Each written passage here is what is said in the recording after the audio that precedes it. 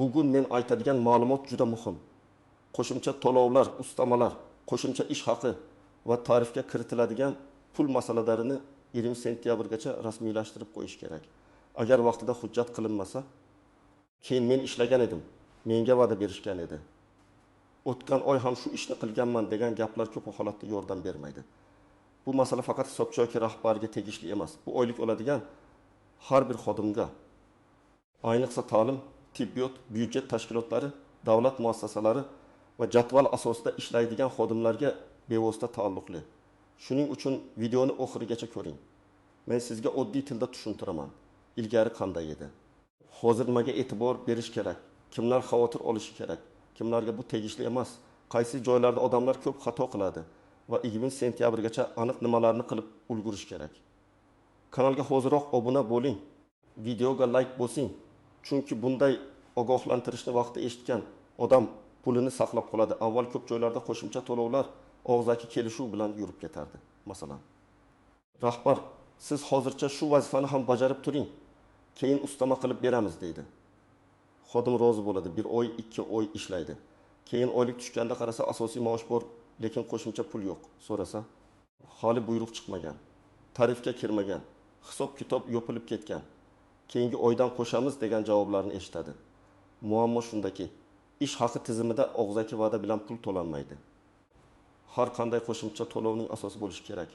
Buyruq, mehnat shartnomasiga qo'shimcha kelishuv, tarif ro'yxati, tabel, ish hajmini tasdiqlovchi hujjat, rahbarning yozma topshirig'i yoki tegishli komissiya qarori. Agar shu hujjatlar vaqtida rasmiylashtirilmasa, hisobchi keyin orqaga qaytib hammasini o'zicha qo'shib bera olmaydi. Hozirgi o'zgarishning eng muhim tomoni shuki, ko'plab tashkilotlarda yangi o'quv yili, yangi ish yili, yangi tarif va shtat taqsimoti sentyabr oyida yakunlanadi. Aynan shu davrda kimga qancha soat berilgan, kimga ustama, kimga qo'shimcha haq, kimga o'rindoshlik yoki kengaytirilgan xizmat zonasi uchun to'lov belgilanishi aniq yozilishi kerak. 20 sentyabr esa amaliy jihatdan juda muhim chegara hisoblanadi. Chunki shu sanadan keyin sentyabr oyining oylik hisob-kitoblari, tarif ma'lumotlari va buyruqlarni kiritish ancha qiyinlashadi yoki ayrim holatlarda umuman imkonsiz bo'lib qoladi. Men buni ko'p yillik amaliyotdan kelib chiqib aytyapman. Odamlar odatda pul tushmagandan keyin yugurishni boshlaydi. Aslida esa pul tushmasligining oldini olish kerak. Hujjat puldan oldin yurish kerak. Agar siz qo'shimcha ishni bugun bajarayotgan bo'lsangiz, uning hujjati ham bugun yoki hech bo'lmaganda belgilangan muddat ichida bo'lishi shart. Eng avvalo o'qituvchilar, tarbiyachilar, to'garak rahbarlari, laborantlar, metodistlar, direktor o'rinbosarlari, tibbiyot xodimlari, qorovullar, texnik xodimlar, haydovchilar va byudjet tashkilotlarida qo'shimcha vazifa olayotgan barcha xodimlar e'tiborli bo'lishi kerak. Chunki aynan shu sohalarda qo'shimcha to'lovlar ko'p uchraydi. Masalan, maktab o'qituvchisini olaylik. O'qituvchining asosiy dars soati 8 soat bo'lishi mumkin. Lekin unga qo'shimcha yana 6 soat dars berilgan bo'lsa, bu soat jadvalda, tarifda va buyruqda ko'rinishi kerak. Agar o'qituvchi haqiqatda 24 soat dars o'tayotgan bo'lsa-yu, hujjatda 18 soat turgan bo'lsa, keyin men 6 soat ortiqcha ishladim deb da'vo qilish juda qiyinlashadi.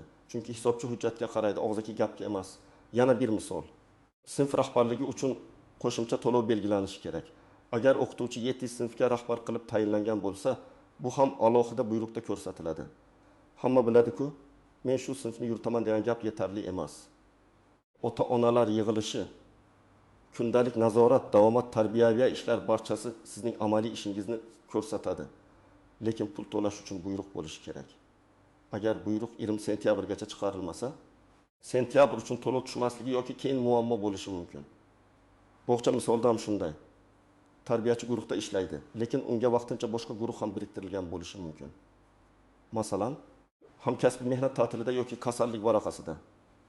Agar siz ikki guruh yuklamasini bajarayotgan bo'lsangiz, bu vaqtincha vazifa bajarish sifatida rasmiylashtirilishi kerak. Aks holda siz ikki barobar ish qilib bir stavka pul olishingiz mumkin. Tibbiyot muassasasida ham shunga o'xshash holat ko'p. Hamshira asosiy bo'limda ishlaydi, lekin navbatchilik, tungi ish, bayram kuni ish, qo'shimcha post, vaqtincha bo'sh o'rni yopish kabi holatlar bo'ladi.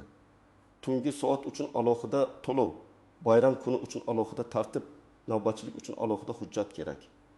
Tabelda tungi soatlar ko'rsatilmagan bo'lsa, keyin men o'sha kuni kechasi ishlaydim deyishning o'zi yetarli bo'lmaydi. Oddiyroq raqam bilan tushuntiraman. Deylik xodimning asosiy oyligi 3 million so'm. Unga qo'shimcha vazifa uchun 20% ustama belgilanishi kerak. Bu oyga 600 ming so'm degani. Agar sentyabr, oktyabr, noyabr oylarida hujjat bo'lmasa, xodim 3 oyda 20 million 800 ming so'm yo'qotishi mumkin. Endi bu pul bir oilaning oziq-ovqati. Kommunal to'lovi yoki farzandining o'quv xarajatiga ketishini o'ylang. Shuning uchun men bu masalani mayda deb hisoblayman. Yana bir vaziyat. Xodim asosiy ishidan tashqari o'rindoshlik asosida yarim stavka ishlayapti. Masalan, asosiy lavozimi bo'yicha 4 million so'm oladi. Qo'shimcha yarim stavka bo'yicha yana 2 million so'm olishi kerak.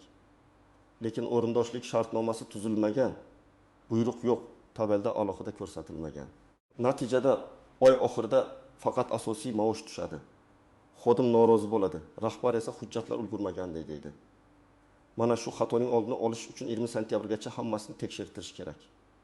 Agar sizda qo'shimcha ish yo'q bo'lsa, faqat asosiy lavozimingiz bo'yicha ishlayotgan bo'lsangiz, ustama, qo'shimcha vazifa, sinf rahbarligi, to'garak, tungi ish, bayram kuni ish, o'rindoshlik. Vaqtincha boshqa vazifani bajarish kabi holatlar bo'lmasa, bu masala sizga bevosita xavf tug'dirmasligi mumkin. Lekin baribir oyligingizni tekshirish zarar qilmaydi. Chunki ayrim xodimlar o'zlariga ustama belgilanganini ham bilmaydi. Ayrimlari esa ustama olib yurganman deb o'ylaydi. Aslida hujjat yo'q bo'ladi. Agar siz xususiy korxonada ishlasangiz ham, bu qoidaning mohiyati sizga tegishli. Muddat va tartib korxona ichki hujjatlariga qarab farq qilishi mumkin, lekin prinsip bir xil. Qo'shimcha pul yozma rasmiylashtirilmasa, keyin uni talab qilish qiyinlashadi. Xususiy korxonada ham qo'shimcha ish haqi mehnat shartnomasi, buyruq, tabel, dalolatnoma yoki ichki nizomga asoslanishi kerak. Agar siz faqat ishbay asosida ishlasangiz, masalan, qancha mahsulot chiqarsangiz, shuncha haq olsangiz, baribir bajarilgan ish hajmini tasdiqlaydigan hujjat kerak. Men bir dona tayyorladim degan gap hujjatsiz qolsa, hisob kitobda yetarli dona ko'rsatilishi mumkin. Shuning uchun ishbay to'lovlarda ham kunlik yoki haftalik dalolatnoma, topshiriq varaqasi, qabul qilish hujjati juda muhim. Birinchi katta xato, odamlar qo'shimcha ishni bajarishni boshlaydi, lekin buyruqni so'ramaydi. Men doim aytaman, avval hujjat, keyin ish. Albatta, hayotda shoshilinch vaziyat bo'ladi. Rahbar bugunoq yordam so'rashi mumkin. Lekin bunday holatda ham ertasi kuni yoki eng yaqin ish kunida yozma rasmiylashtirish talab qilinishi kerak. Ikkinchi xato, xodim faqat og'zaki va'daga ishonadi. Rahbar yaxshi odam bo'lishi mumkin, niyati ham yomon emasdir. Lekin rahbar almashishi mumkin, hisobchi almashishi mumkin, tekshiruv kelishi mumkin, tizim yopilishi mumkin. Og'zaki gapni keyin hech kim eslamasligi ham mumkin. Hujjat esa qoladi. Uchinchi xato, tabelga e'tibor bermaslik. Tabel bu juda muhim hujjat. Siz ishida bo'lgan kuningiz, tungi soatingiz, dam olish kuni ishlaganingiz, kasallik, ta'til, navbatchilik, qo'shimcha soatlaringiz ko'p holatda tabel orqali hisoblanadi. Agar tabel noto'g'ri yuritilsa, oylik ham noto'g'ri chiqadi. Shuning uchun oy oxirini kutmasdan, sentyabrning o'zida mas'ul shaxsdan tabelda qanday ko'rsatilayotganingizni so'rang. To'rtinchi xato, keyingi oy qo'shib berishadi deb yurish. Ba'zi to'lovlar keyingi oyda tuzatilishi mumkin, lekin hammasi emas, ayniqsa tarif. Shtat dars soati, ustama va byudjet mablag'i bilan bog'liq to'lovlarda muddat o'tib ketgandan keyin orqaga qaytish qiyin bo'ladi. Keyin rahbar ham, hisobchi ham tizim ruxsat bermayapti deyishi mumkin. Siz esa amalda ishlab qo'ygan bo'lasiz. Beshinchi xato, qo'shimcha vazifaning aniq nomi yozilmasligi. Masalan, buyruqda qo'shimcha ishlar topshirilsin deb umumiy yozib qo'yilsa, keyin qancha foiz, qaysi muddat, qaysi vazifa uchun to'lov qilinishi noaniq qoladi. To'g'ri hujjatda vazifa nomi, boshlanish sanasi, tugash sanasi yoki amal qilish muddati, to'lov miqdori, asos hujjatlari aniq ko'rsatilishi kerak. Muddat tugagan buyruq bilan ishlash. Masalan, sizga o'tgan yil sentyabrdan dekabrgacha 25% ustama berilgan. Bu yil ham shu ishni davom ettiryapsiz, lekin yangi buyruq chiqmagan. Eski buyruq yangi davr uchun avtomatik amal qilmaydi. Agar unda shunday tartib aniq ko'rsatilmagan bo'lsa, shuning uchun har yangi davrda hujjat yangilanganini tekshirish kerak. 7-xato, hujjat nusxasini olmaslik. Xodimlar ko'pincha buyruq chiqqanini eshitadi, lekin ko'rmaydi. Men maslahat beraman. Sizga tegishli buyruq bilan tanishganingizda kamida uning raqami va sanasini yozib oling. Imkon bo'lsa, nusxasini oling yoki elektron tizimda ko'rishni tekshiring. Keyin nizo chiqsa, falon sanada falon raqamli buyruq bor edi deb aniq gapirasiz. Ba'zi to'lovlar har oy alohida rasmiylashtiriladi. Masalan, bir martalik mukofot, rag'batlantirish puli, aniq natija uchun beriladigan bonus. Bunday to'lovlar 20 sentyabrga bog'liq bo'lmasligi mumkin, chunki ular alohida qaror bilan keyin ham berilishi mumkin. Lekin bu yerda ham asos kerak. Komissiya bayoni, rahbar buyrug'i, moliyaviy imkoniyat, ichki nizom. Ba'zi to'lovlar esa doimiy xarakterga ega bo'ladi.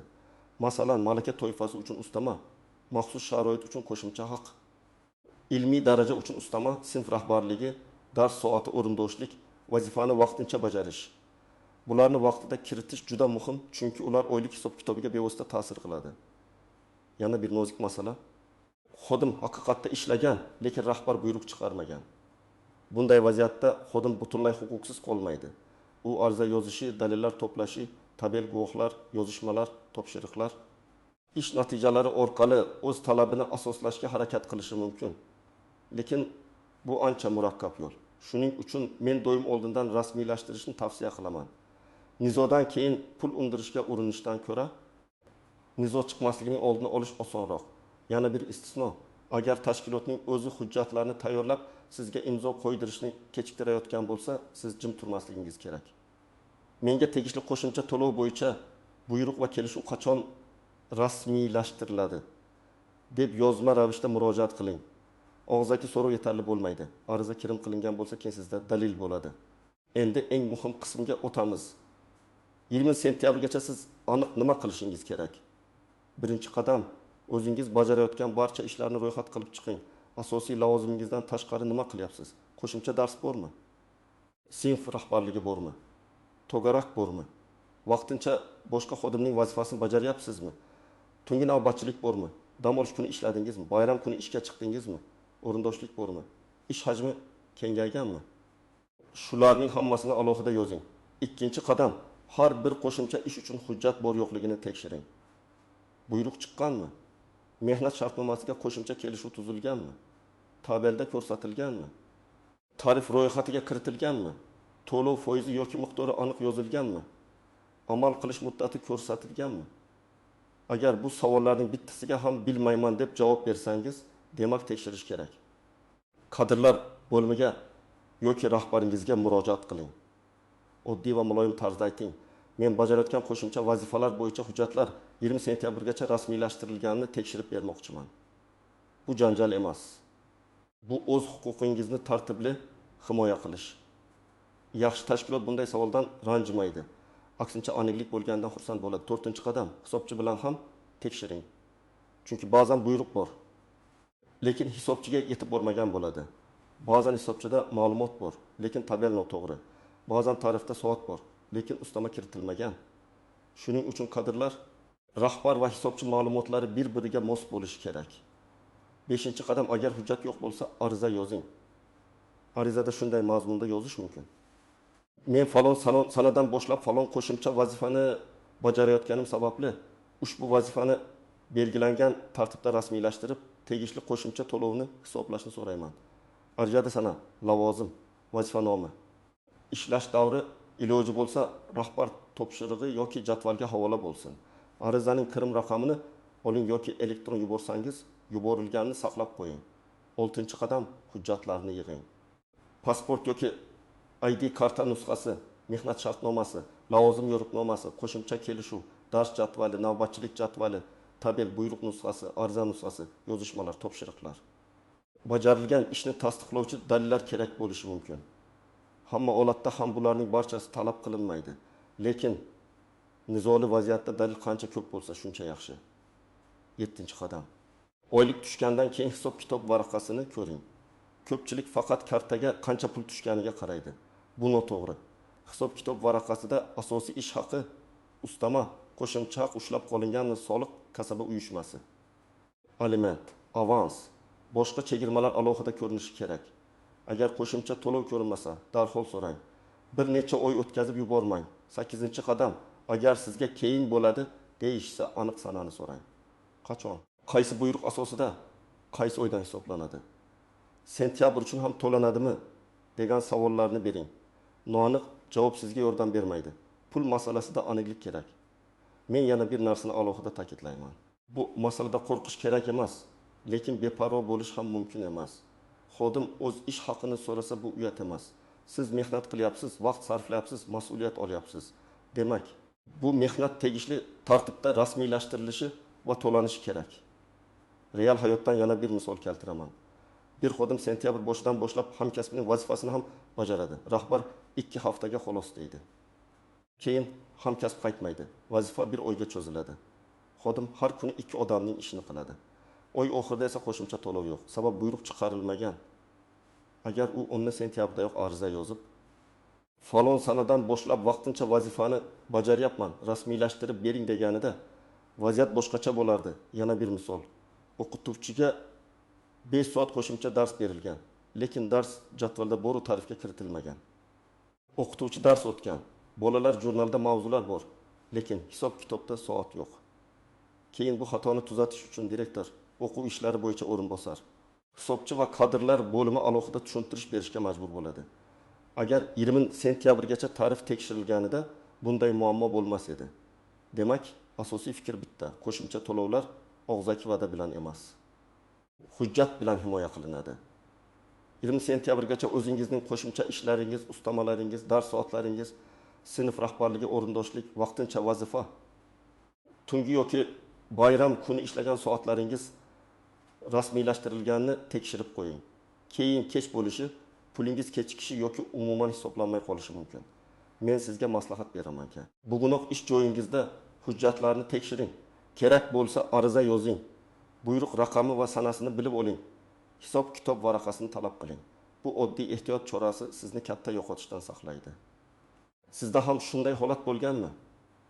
Qo'shimcha ish qilib pulini ola olmaganmisiz yoki vaqtida hujjat qilib muammoni hal qilganmisiz? Fikringizni kommentariyada yozing. Video foydali bo'lgan bo'lsa like bosing. Kanalga obuna bo'ling va bu ma'lumotni hamkasblaringizga yuboring. Chunki 20 sentyabrgacha ulgurish kerak bo'lgan odamlar juda ko'p.